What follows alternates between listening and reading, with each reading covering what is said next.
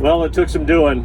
I got up at like 6 o'clock this morning, went in, grabbed that tractor, took all the flags off it, talked to the guys in there.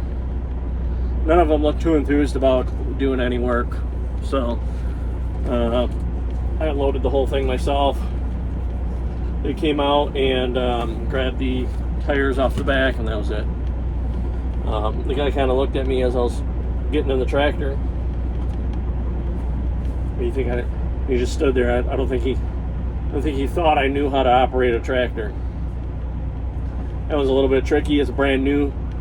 You know, you got to push in the clutch on that, and you got to pull the shifter handle serves as the parking brake.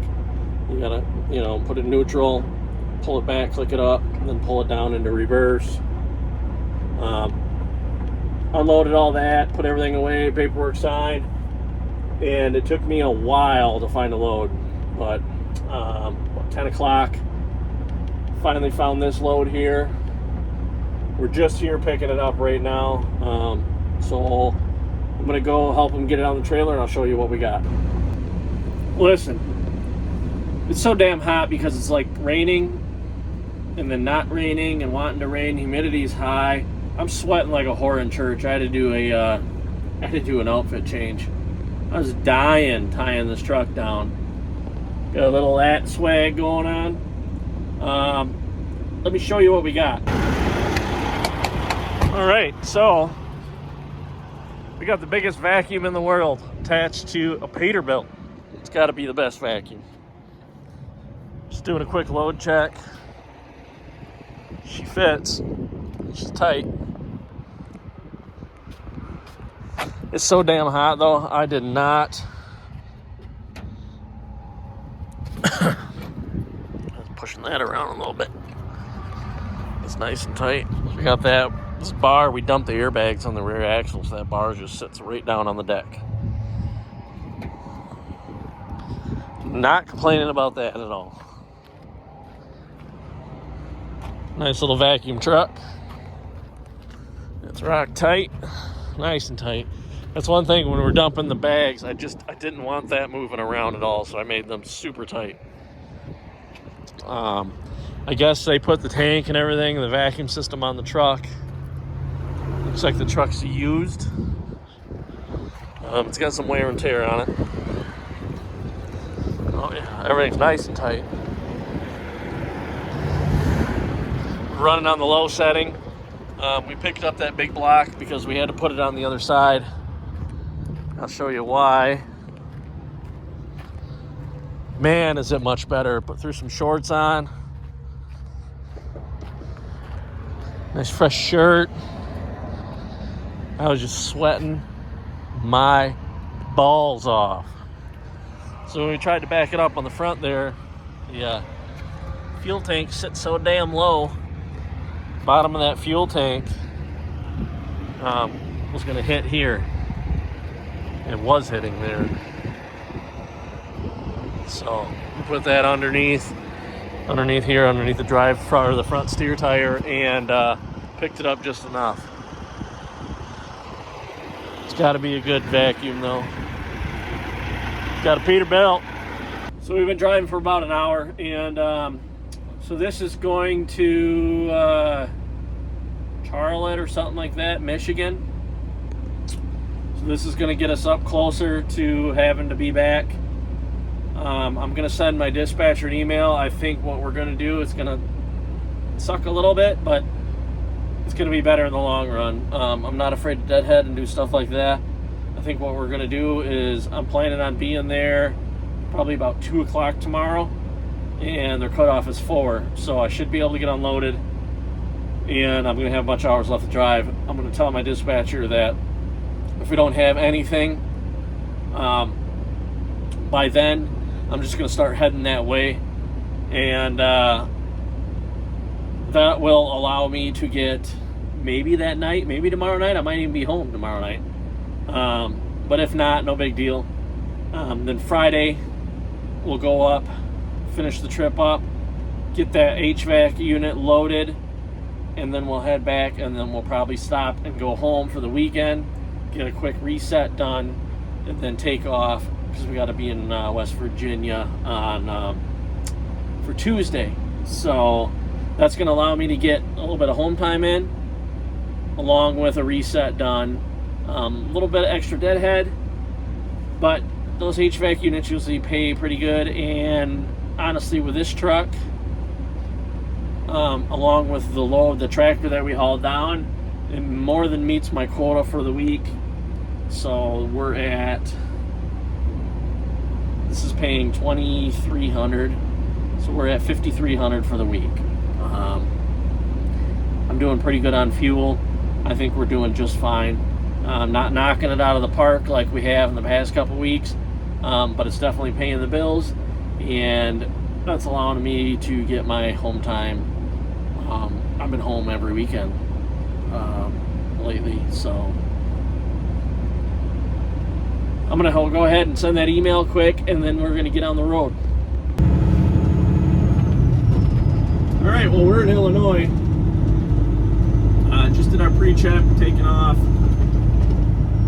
Got here last night and decided to take a little bit of time and dive into a problem I've been running into. When I've been stopping to get fuel and just kind of stopping to check things, I've been noticing my DEF tank has been,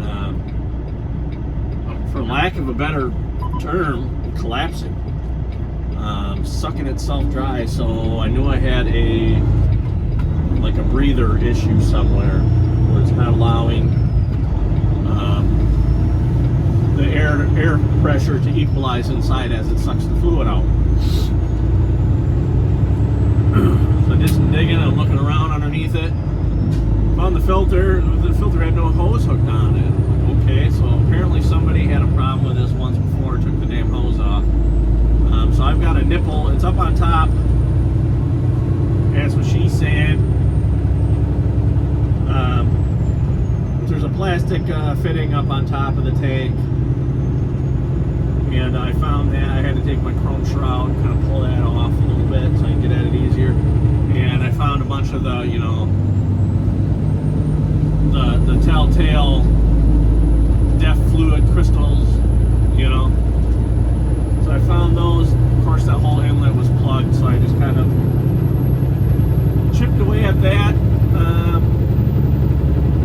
Took a small screwdriver and kind of just started digging into that, cleaning that out, and eventually cleaning it out deeper and deeper and deeper.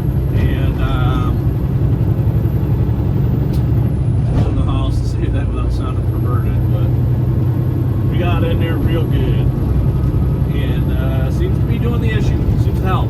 I noticed driving yesterday, I was not, my DEF tank, my DEF gauge, it really wasn't moving at all. So I was like, okay, I don't want to starve the pump, if it can't pull because there's too much vacuum in the tank. So we wanted to kind of address that, and I noticed, as soon as I addressed that, it started sucking. I put down probably about 1/8 of a tank of DEF, just replenishing that system. So I think I dodged a bullet on that one. So we're headed up here to Michigan, and this is going to take us 5.5 hours now, depending on how Chicago treats us, which usually is not well. I don't think I'll have enough hours to make it home. It's going to be damn close. I'm going to have enough hours clockwise. I'm just not going to have enough drive time hours. So that's what it is. So we're going to get on down the road here, and I'll catch up with you guys at the delivery. Well, this is a narrow little road. About half a mile away right now. Deer just ran out in front of me too. Should be right down here on the left. The guy called me a little bit ago, about an hour ago, and said just wanted an update. Said, hey, when you get here, pull in the second driveway. It'll take you all the way to the back. There's a big room back there to turn around. Which I'll welcome that at this point. This is a gravel road. And I'm hitting my CB antennas just coming down through here. So, but it's pretty.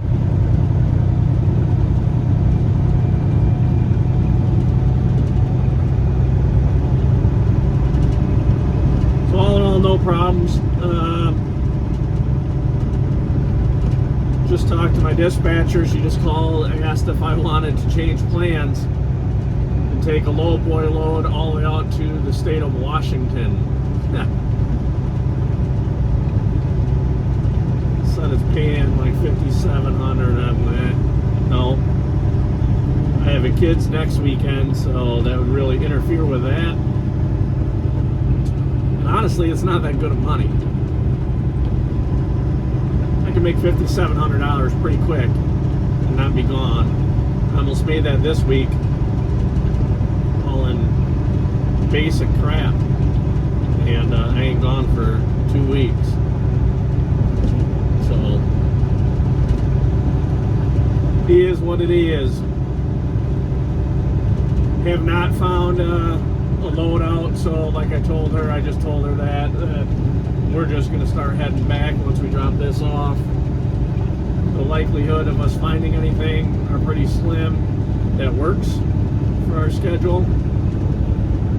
Number one. Number two,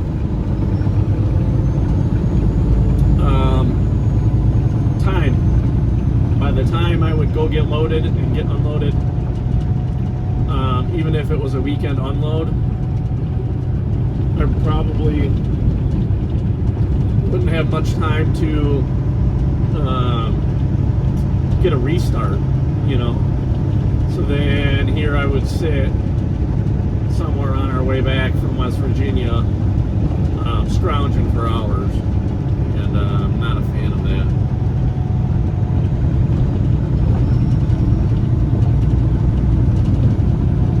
So it looks like it's right up here on the left.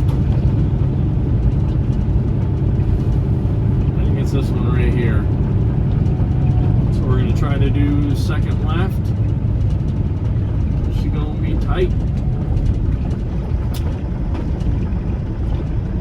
Going to be tight. We're going to try it.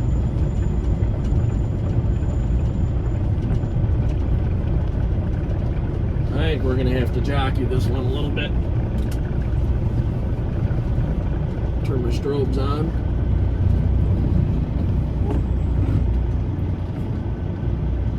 We ain't got a ton of room, that's for sure. I know there's a mailbox back there. So usually you just shoot past it a little bit, and then all you gotta do is back up. And then one good turn. And we're still gonna hit his cones. Let's go move them.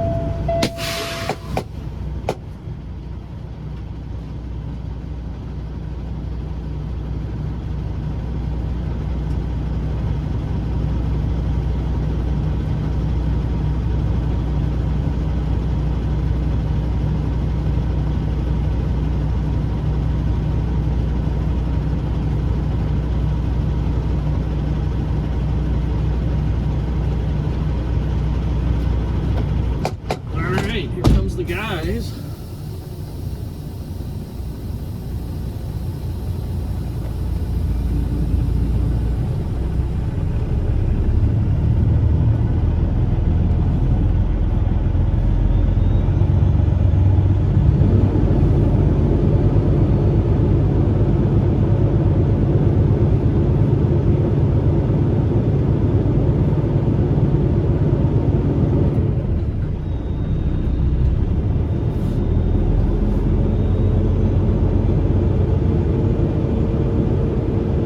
see what they got to say.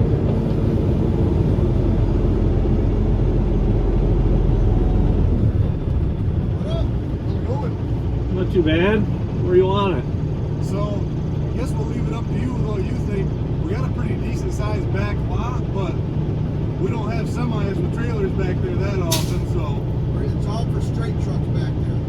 We can take it off here, and we can drive our truck back there, and you can back out, Yeah. or you can risk it back there. You want to look big field. Huh? You got a big field. It's all fenced. Oh, this one. Yeah, I mean, yeah. There ain't nothing wrong with it. Feels nice and hard. It's fine. They just got the hay on it, so you're good to go. We'll leave that as backup. Yeah. We'll see what it looks like back there.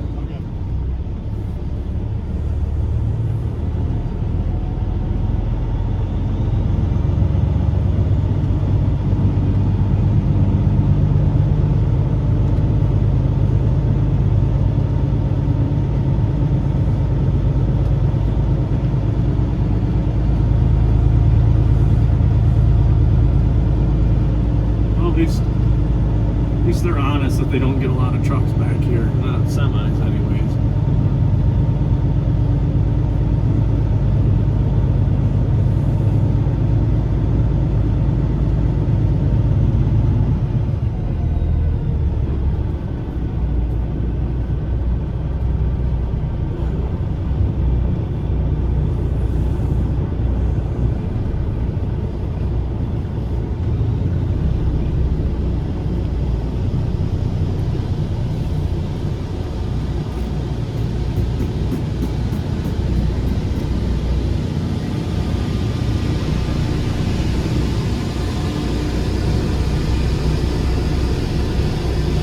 I got a plan.